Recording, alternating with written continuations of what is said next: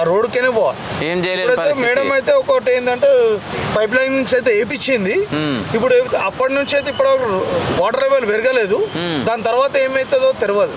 Agar అది successful అయిందంటే చాలా వెరీ గుడ్. మేడంకి థ్యాంక్ యూ చెప్పగలుగుతా. లేదంటే ఏం చేయలేం సార్ మనం. ఇక్కడ ఈ ప్రస్తుతి ఇక్కడ ఉంది సార్. సో రెగ్యులర్గా అయితే ఇక్కడికి వాకర్స్ వస్తుంటారు కదా, మళ్ళీ ఇక్కడ డెఫినెట్లీ వస్తారు సార్. చాలా మంది వస్తారు డైలీ. ఒక 2000 మెయింటెనెన్స్ ఇక్కడ చాలా బాగుంది. మెయింటెనెన్స్ మేడం గారు చేసి చాలా గుడ్ వర్క్. ఖాళీ మురికి నీళ్ళదే ఏంటంటే వాటర్ లెవెల్ పెరిగినప్పుడే అందరికి సమస్య వస్తుంది, లేకపోతే లేదే లేదు ఇక్కడ సమస్య. అక్కడ చెరువులో చూసుకున్నట్టయితే మొత్తం చెత్త చెదారమే కనిపిస్తుంది కదా, క్లీనింగ్ లెస్ అయితే.